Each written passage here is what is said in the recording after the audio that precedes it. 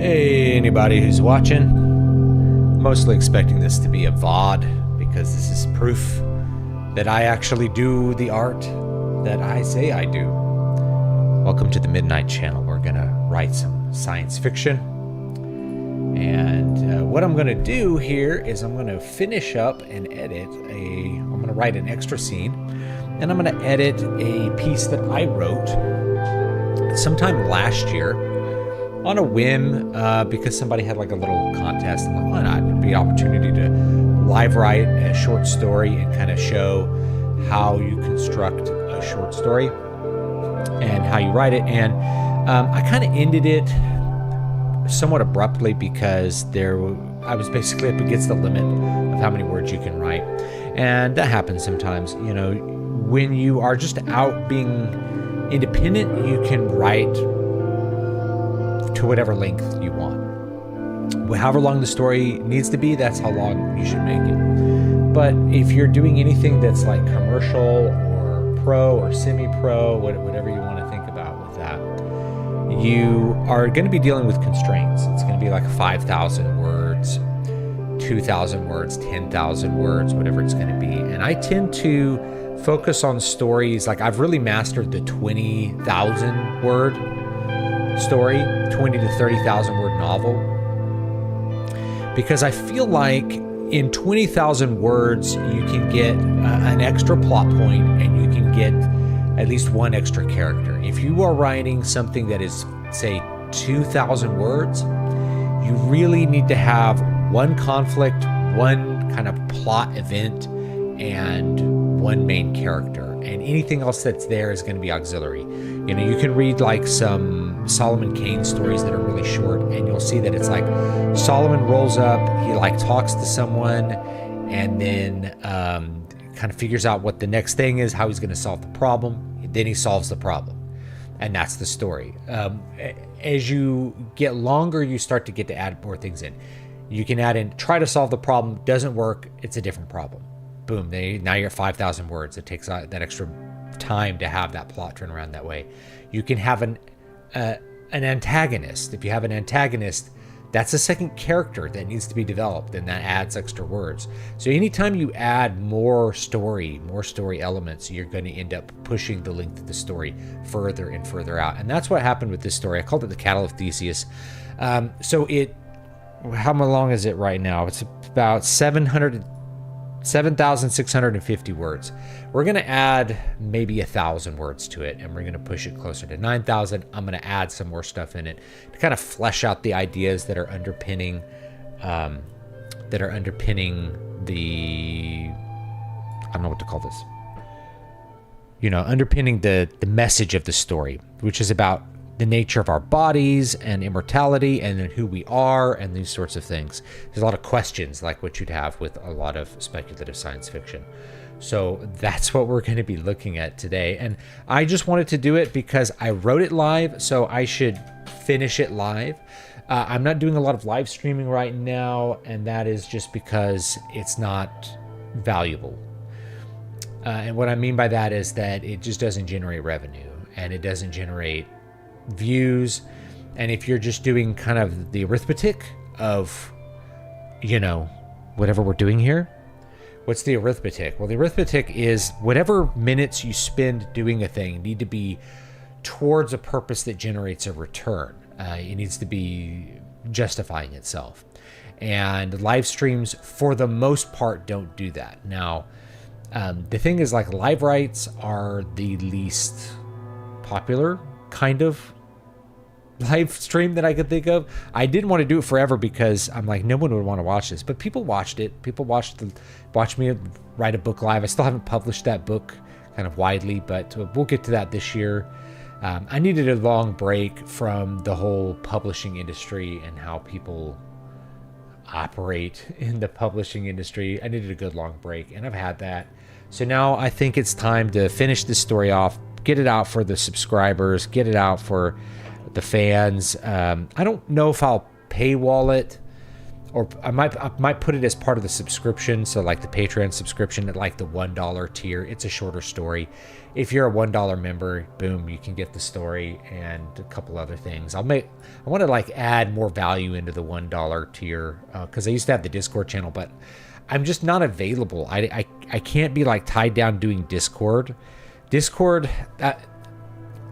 don't want to talk too long. I want to get to writing, but like Discord, I don't like it. I don't like Discord. I don't like using it. But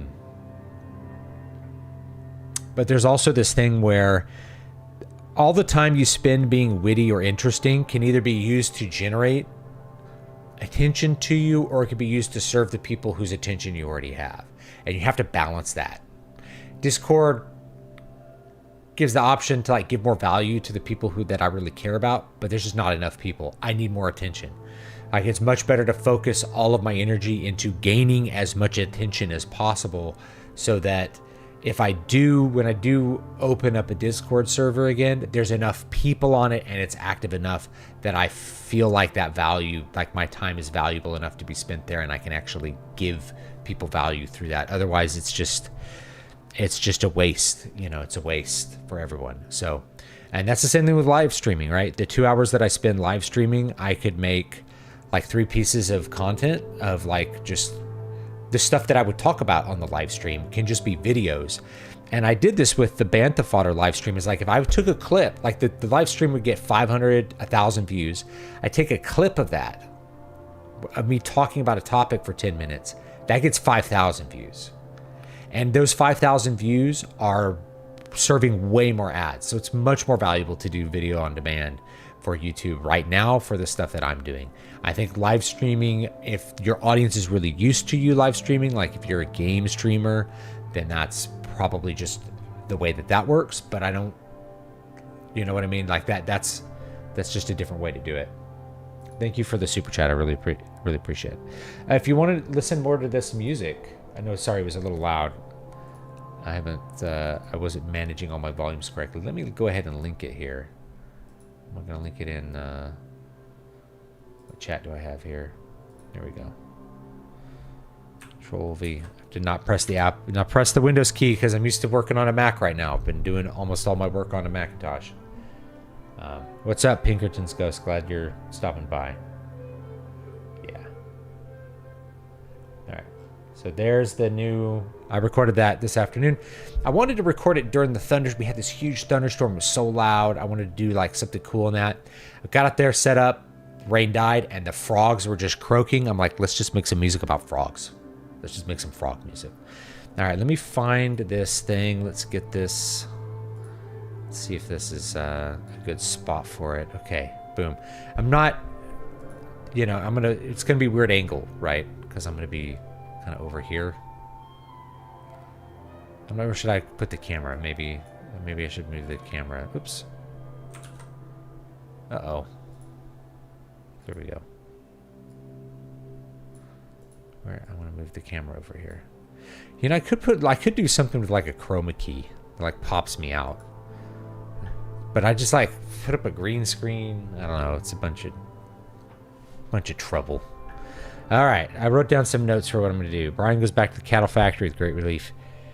He goes to turn off, or great grief, goes to turn off the machines which sustain the bodies. Okay. It's a fun little story. Dave, you left Cali just in time. Shit's getting expensive. Shit was expensive when I left. When I left, I remember a gas station selling gas for $8 a gallon. I got to travel back to California this summer to inter the remains of my father-in-law who died. Last time I was there, he died, but we haven't interred him yet. So that's what we're going to be doing, is having the graveside thing. So I've got to go back for that. I might get a travel guitar. I've been seeing a couple of cheap Steinbergers. They don't have a great reputation like the Korean-made Steinbergers, but they're like $300 or something. If I can get one, then that'll be a good way to keep my chops up while traveling. I've never had like a good I had a travel guitar. I did a review on it. It was a bad travel guitar. That's all. All right. Let me see if I can focus on this a little bit.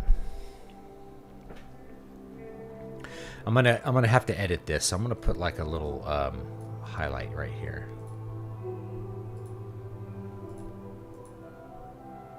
Because I just like had to tie this up. I'm like, oh, I'm out of words.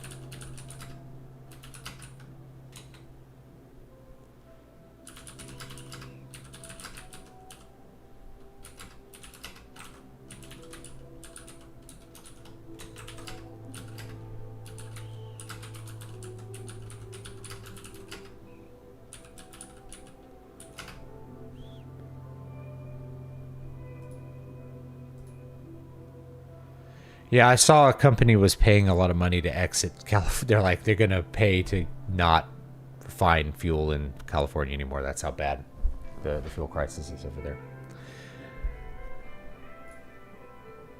You know, I left. The big reasons I left though was like, you know, I'm not going to vaccinate my homeschool kids for a disease that they already had and that had where the vaccine is certifiably more dangerous than the disease. I'm not going to do it. I should have some control over my own body and over like the integrity of my children's body. And it was really this thought of like, what's the next thing? There's going to be a next thing that the state tries to do in California. You know, they'll outlaw homeschooling.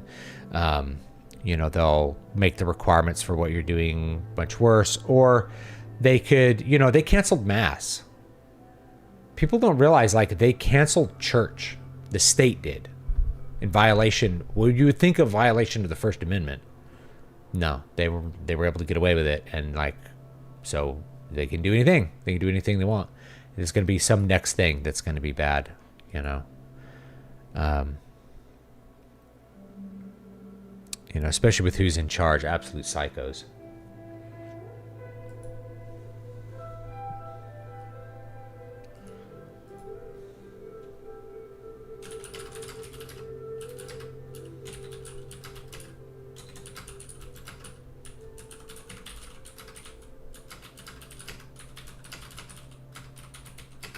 Uh-oh.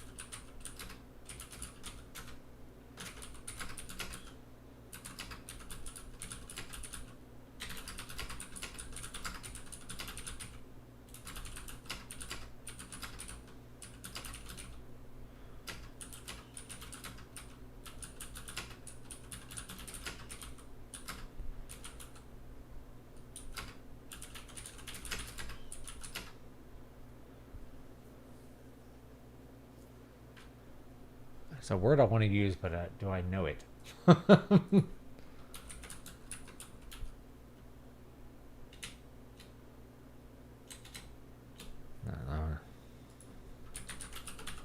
gonna use vanity. I was thinking of a crazier word, but I'm not going to use it.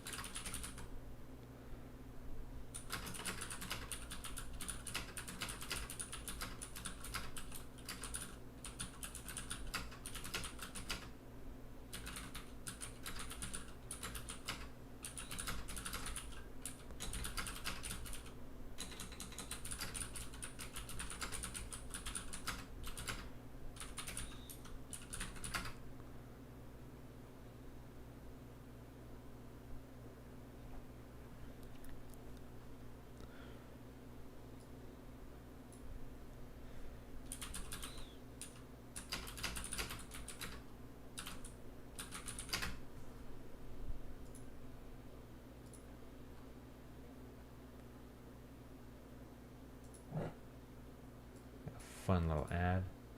Mute the ad.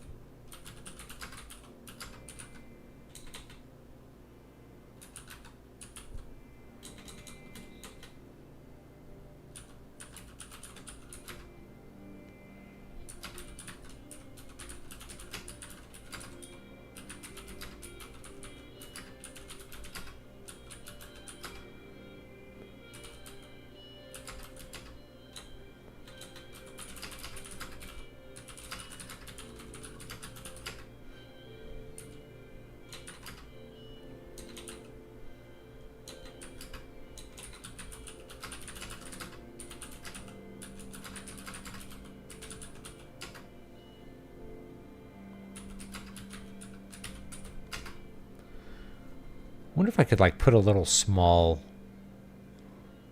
like thing of like this video. That would be like a cool thing to have here. I wonder if you could do that. I wonder if there's like a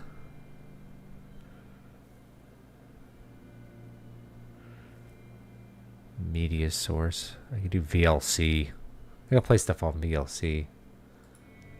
Or like a window capture.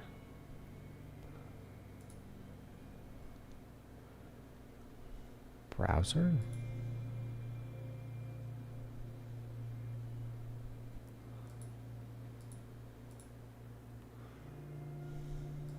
I don't think so. Yeah. Maybe I just thought it'd be cool to like have this. Maybe does this do a pop out? This doesn't do pop out. Only X does pop out. X is nice. We can like, can we shrink it down? Bigger mode. Like pull it out over here. Boom, like that. There it is.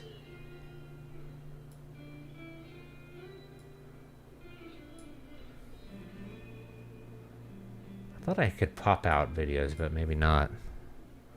Whatever. Little video of me. Boop. Here I am. Put that over there.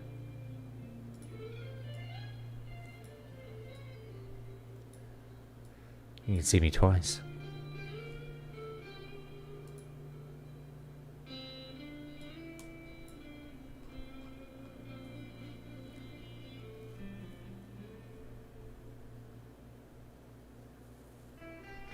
Yeah, I should do some more Final Fantasy playthroughs. That might be a really fun thing to do.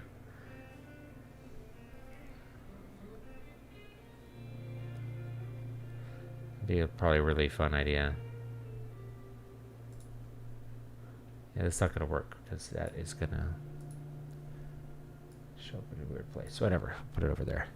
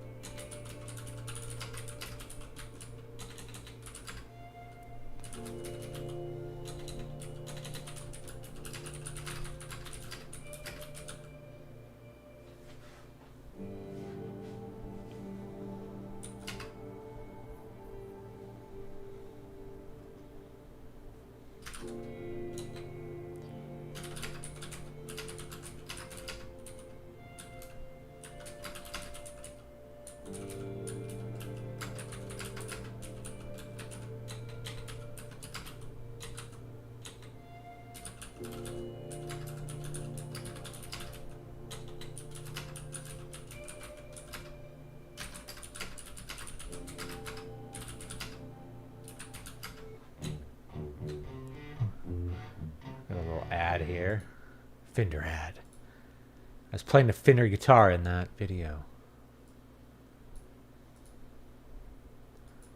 I don't think I might have crashed Chrome right there. That was fun.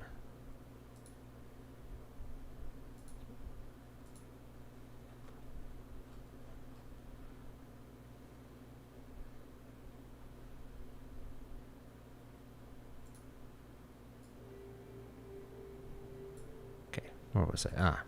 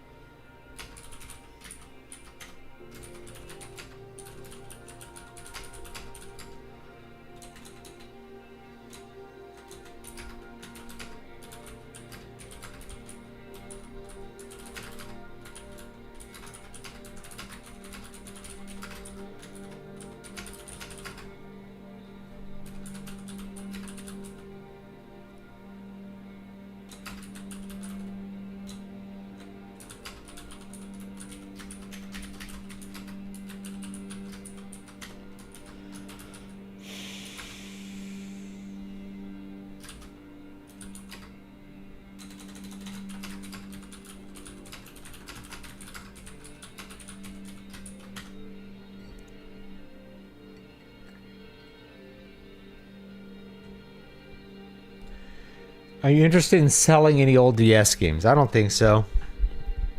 You can, however, get an R4. I'm trying to remember what it's called.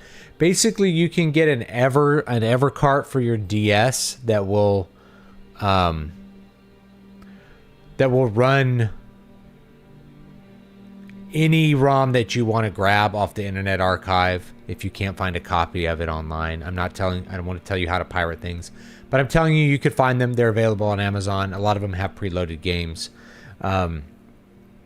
It's a great option for if you can't find a ROM, or your game doesn't work anymore, or you're just not wanting to plug in a game. I play my DS games on my 3DS. I still have my DS. It's in my drawer behind me, and it still works. It's great. I probably won't be selling mine. I just don't see a reason to. I'm trying to think of like some of the best DS games, and I feel it's kind of rough. I think a lot of the DS games were kind of hampered by kind of where they fell on. I think the Castlevania games are really good. The Castlevania DS games are great. Those are worth playing. Dragon Quest games on DS are worth playing, and 3DS as well. Let me think of some others that are really like stand out. Final Fantasy Tactics Advance 2, one of the best DS games that there is. Fantastic game. The Zelda DS games could be hit or miss. You could try them out and see if you like them. There's a Final Fantasy 12 like RTS game on the DS that's actually pretty decent and pretty fun that I like a lot. It's like a Final Fantasy 12 spin-off. What else is there on the DS that's really good? New Super Mario Bros, obviously. The original, like the Phoenix Wright Ace Attorney games, I remember having a lot of fun with those, but you could probably get those on modern systems as well. Yeah. What else? But yeah, I use one of those carts just so I don't have to carry around a bunch of games. I jailbroke my 3DS and stuff long ago because after my son lost my Fire Emblem Fates cartridge that had like all the, it's the super valuable version. I was like, all right, I'm not doing this anymore. I'm going to rip everything onto, I could buy like a 500 gigabyte card that can hold like every 3DS game, and I'm just going to rip everything onto that. And we're going to do it that way. We're not going to be carrying around these physical games anymore. And then I have the R4 to carry all my DS games. So I just have everything kind of ROM-ized, and then all my games can just stay at home. And I did the same thing with my Wii U. I ripped all my games onto a hard drive because my son scratched one of his Skylanders discs really bad, and it stopped working. And I was like, we're not putting discs in and out of this system anymore. Not with like, he was young, you know, he was still really careful, but it was an accident, you know, and it's like, got to be more careful with these discs. We're going to do it this way. That way we won't scratch these discs. They're not making it anymore, you know? Yeah, dude, DS is way better. I'm with you, man. Like the smartphone, and especially for games, the way to go, like a smartphone is great. Okay, so I'm going to do my rant on a smartphone. I'm actually going to go ahead and, dude, let's do a video right here. Let's do a video. Let me get the light pumped up here so we have a little better. Hey, that didn't do it. Ooh. I look a little warmer flesh tone there. All right. Let's record a video on this. Your smartphone is not actually better. So do the hair. Let's get the metalhead hair. Or no, a fedora. Should I put on the hat? I don't know. Come on. Do I have a DS in here somewhere? Anyway. I'll do a video on this real quick, and then that'll be my video for like tomorrow. I'll grab my 3DS. How about that? I'll be right back.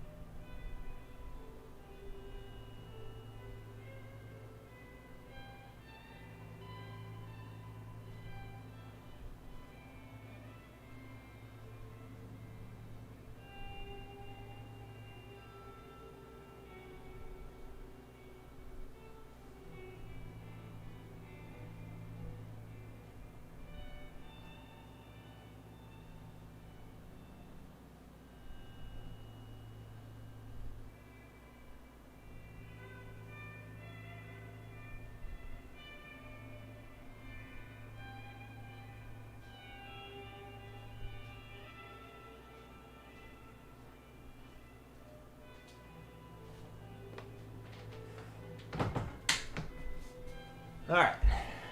Okay.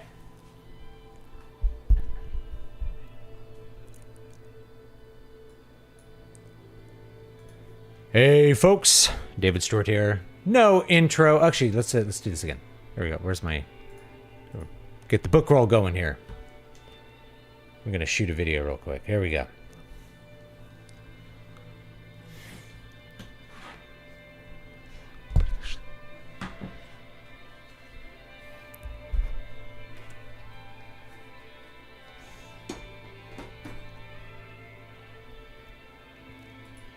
Hey folks, David Stewart here. Let's talk a little bit today about your smartphone and why it's actually like the worst thing that you have. Now, it's not the worst thing that you have in the sense that like you're addicted to it, though that might be part of it.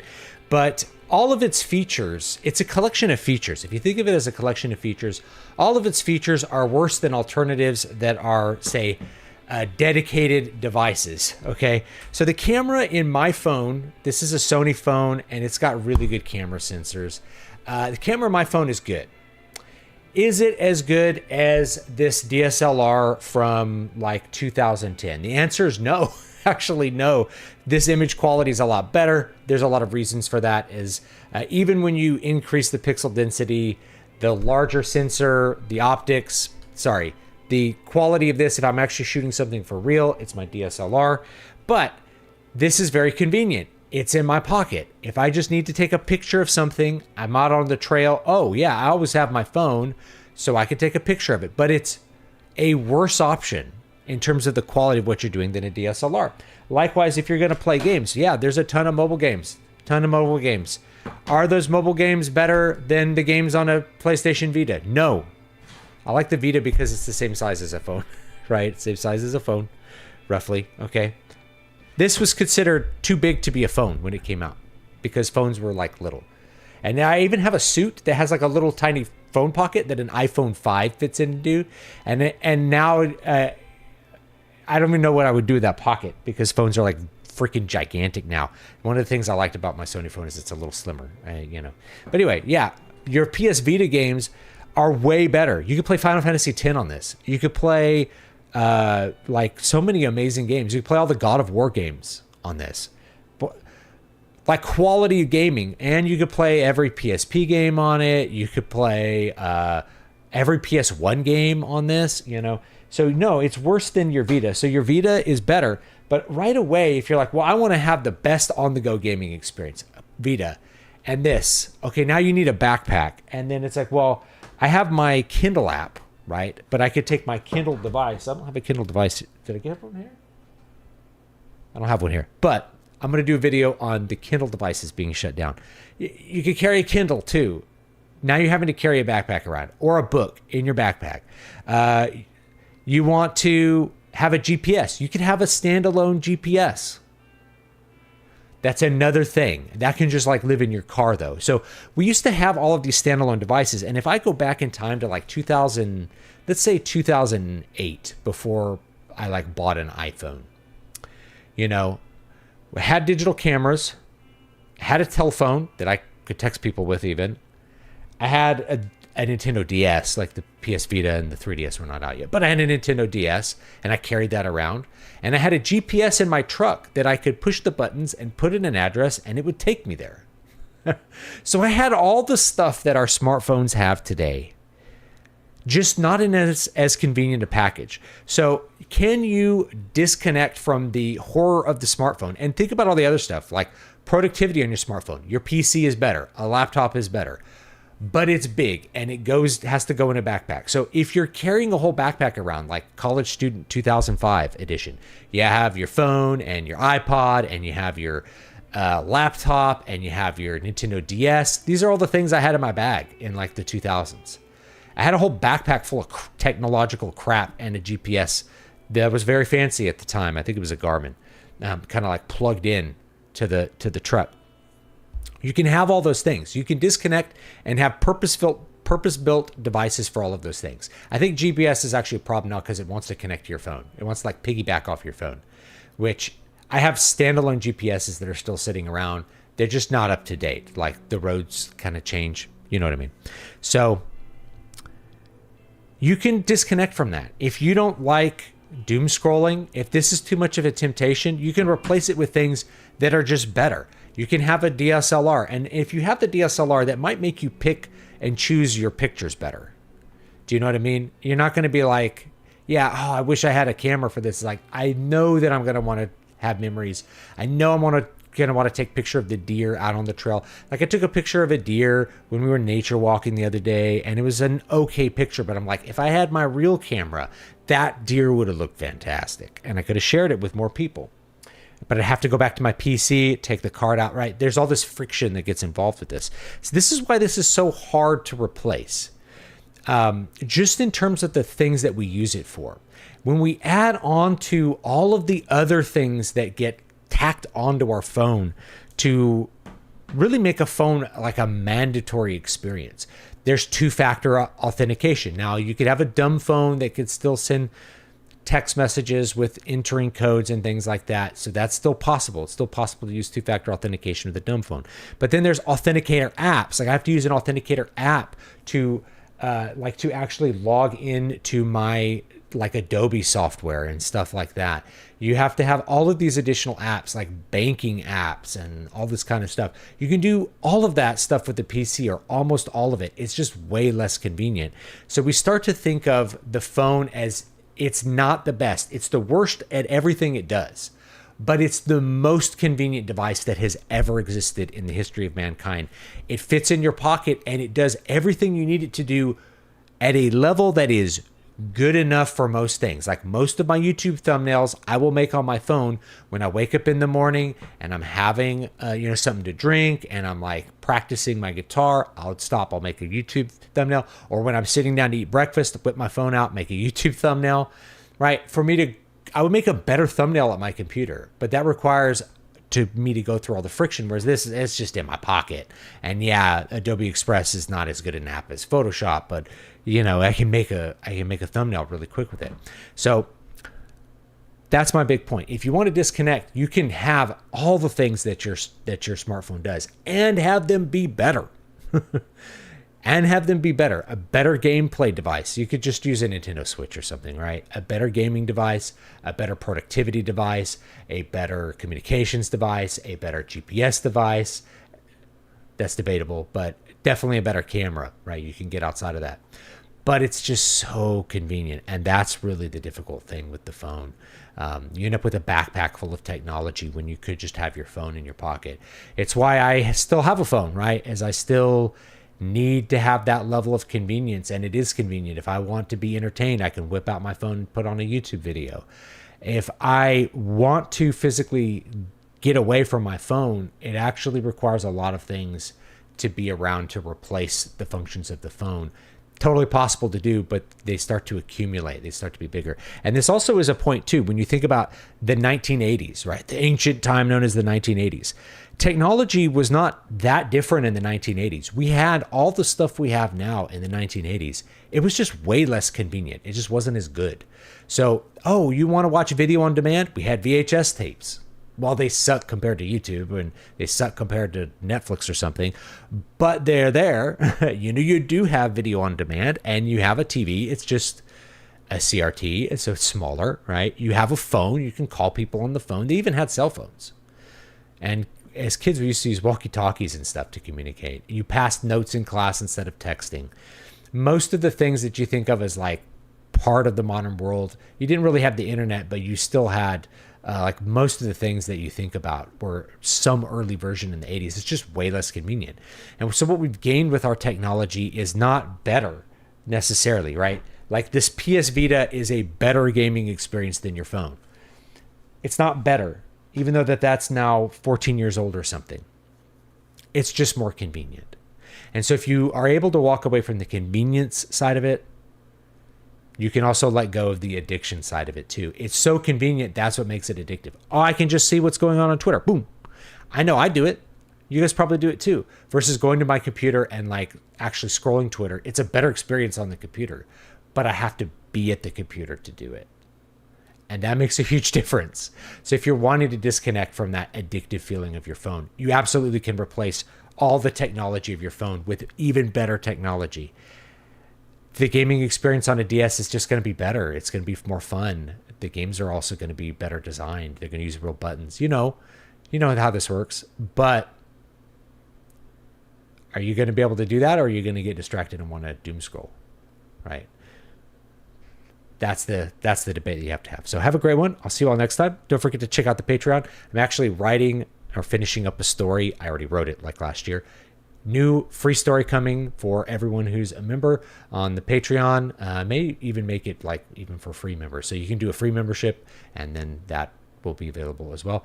But let me know if you're interested in a new science fiction story, and I'll check you all next time. Have a great day.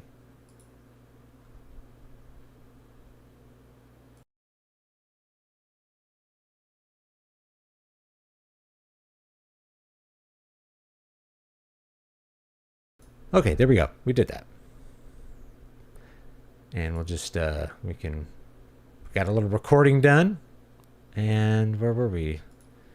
Let's finish up this story. And let's listen to some more music.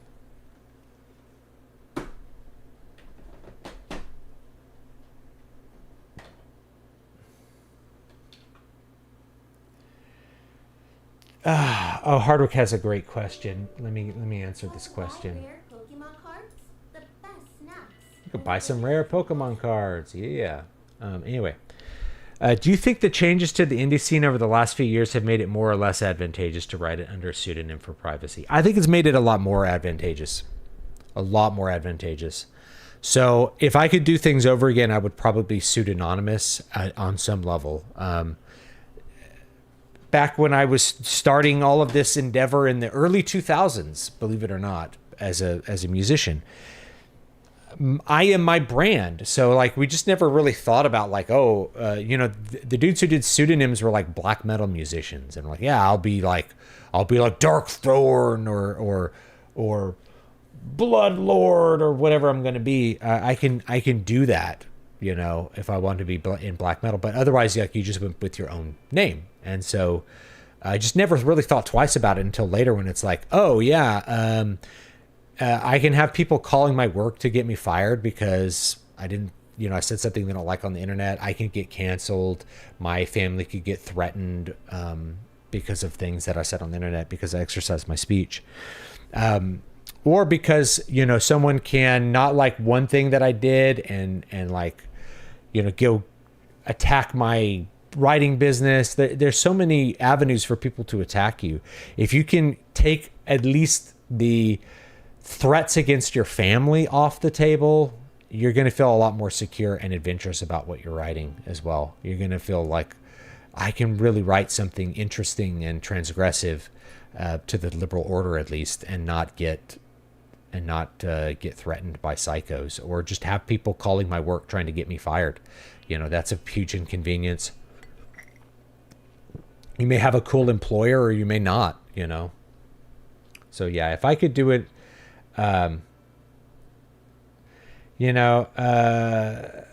it's hard to get readers unless you show your face or do interviews. I would do audio only YouTube stuff. I would be internet aristocrat or something, Mr. Medicare, so that you have your voice out there. You have some kind of humanizing element versus your face, You could be Yahtzee Croshaw or something, just like your voice matters a lot. So I would probably just do voice only videos. What does Homath look like?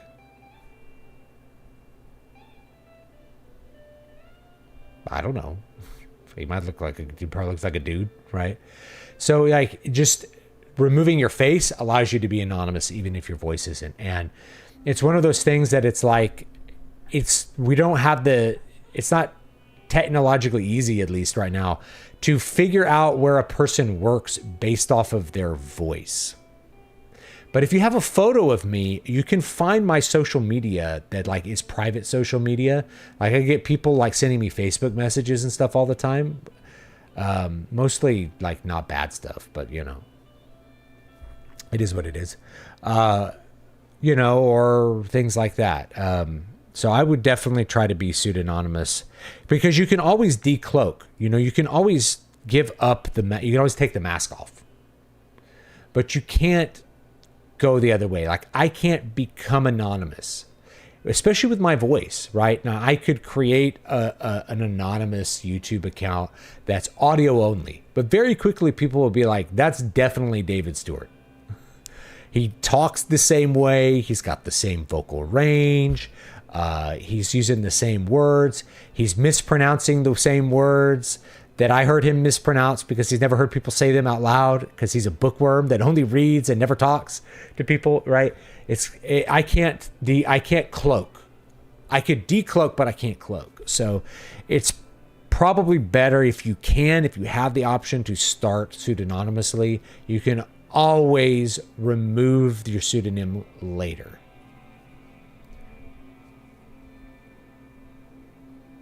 Yeah. But I understand that perspective as well. Yes, hard to get interviews, hard to do that, hard to not be a face shower. It's hard, So anyway.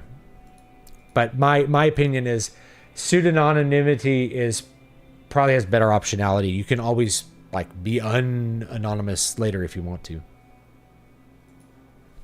Where was I? Yes, I am grieved that I have made them.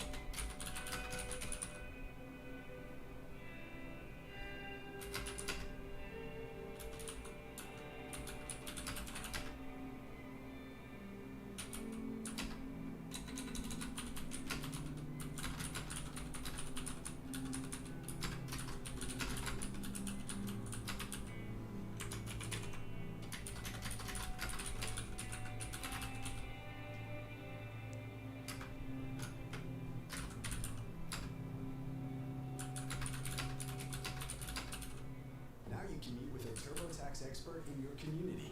They can do your taxes for you and get you. Is it generally better to have a pen name that's completely different from one's real name or a middle ground?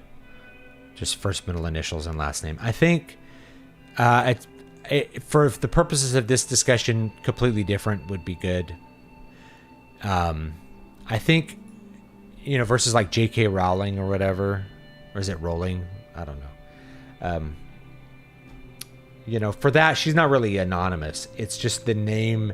It's just like kind of degendering the name so that people's any kind of prejudice you might have against a certain gendered author is not there.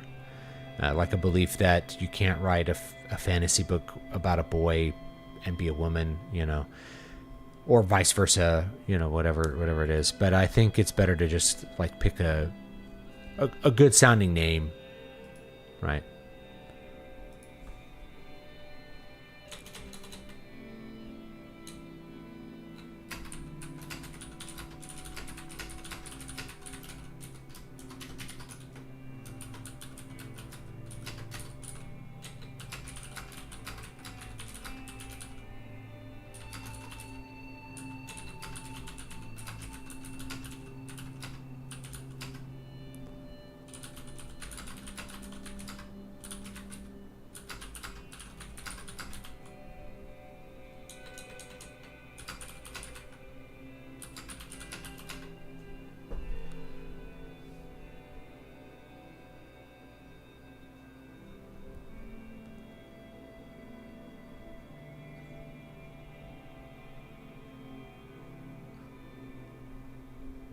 There we go.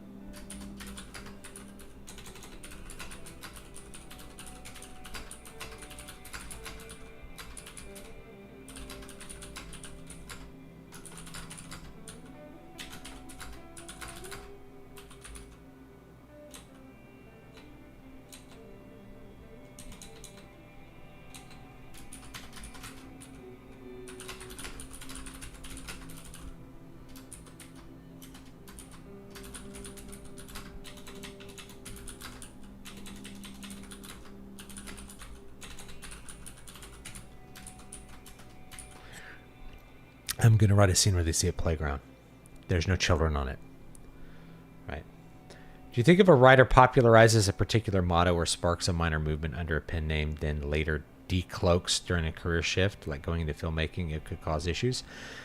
Probably not, unless that pseudonym is not authentic. So if I wrote as a trans black woman, and that was what the pseudonym was, like it's a literary fraud, like I would do that. I know I'm calling it a fraud, but like I would do that.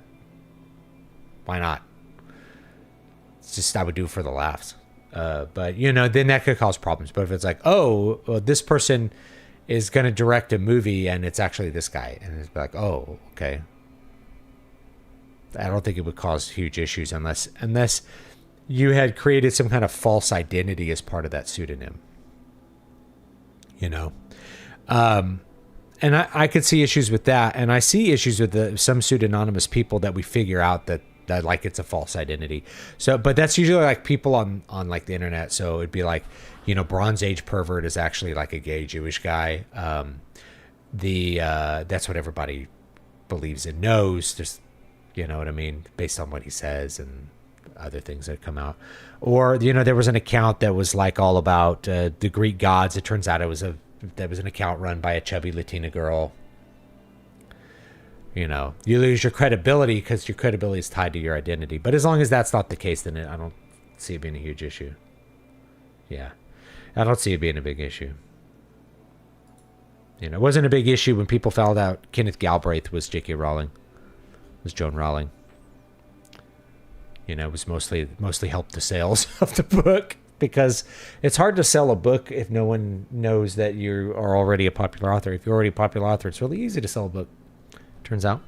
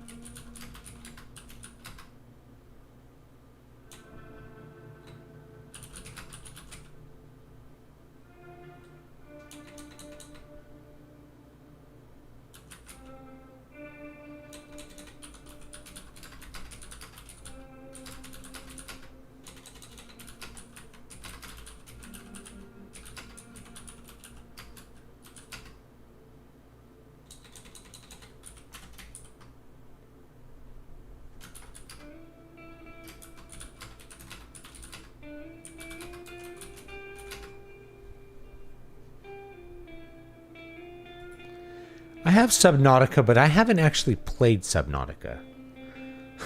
I should play it. You know.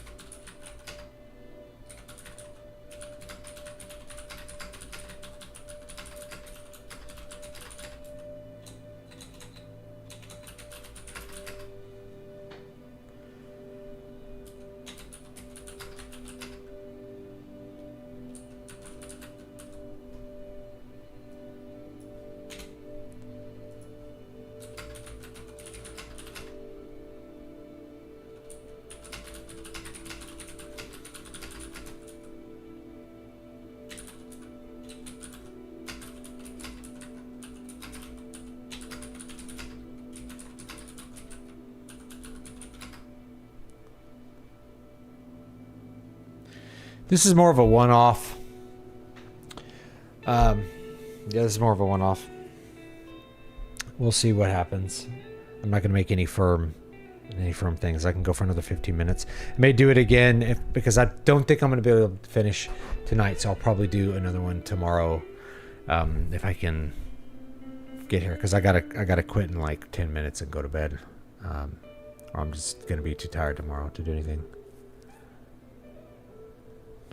I'm not sure how long I've been going here. A little over an hour. I haven't done as much as I wanted to, but it's okay. We'll get the rest of it written, and then we'll get it out for everyone.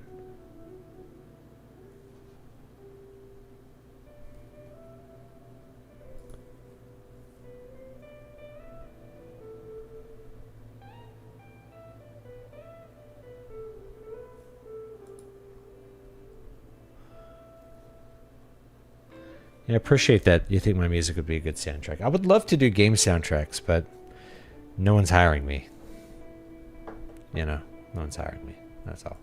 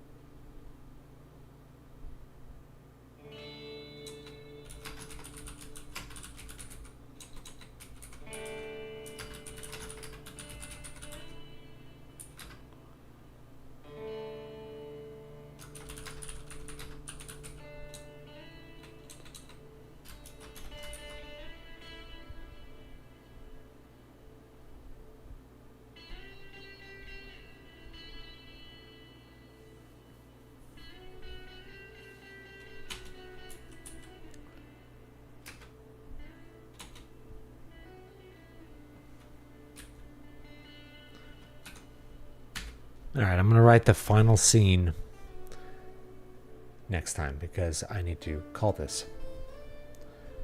So this will be it. I want to link the music channel again.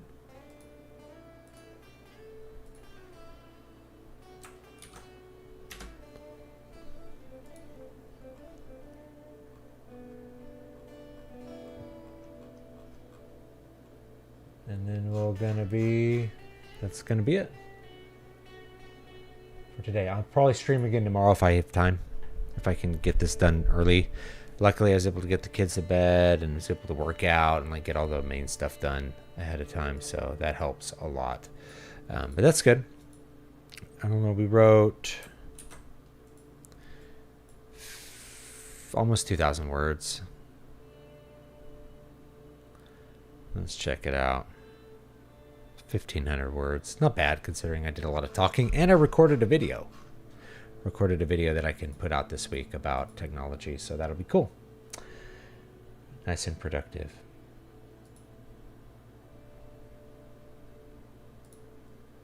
Yeah, I would love to do this music as some sort of cool, relaxing soundtrack. I could do things that are more structured too, like the first two Zool albums. So let me link those.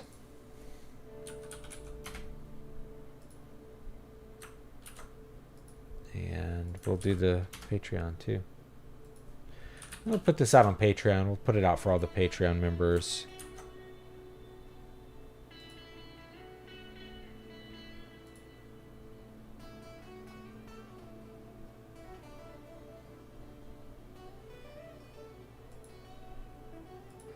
Little extra value here. All right, that's going to be it. I'll see you all next time. Have a great, great day.